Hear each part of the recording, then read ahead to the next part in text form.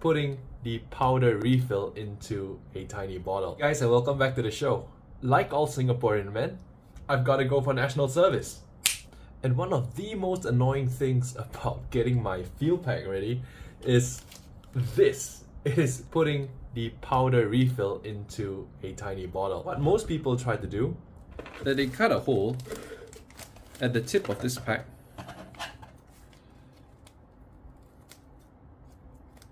and then they try filling it, like that, and they start getting powder everywhere. Okay, check it out. They're making a mess out of the place.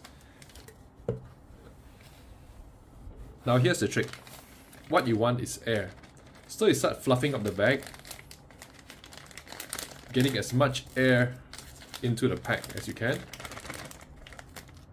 There you go. Make sure this hole isn't too big. And then, when you tip it around, what you want to do is use the air as a pump to push out all the powder. So check it out. Powder sunk to the bottom. There's air up here. And then you just squeeze.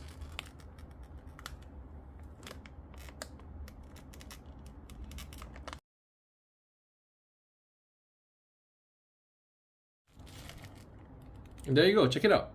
Not a single drop of powder has left, and this bag is empty. Then there you go.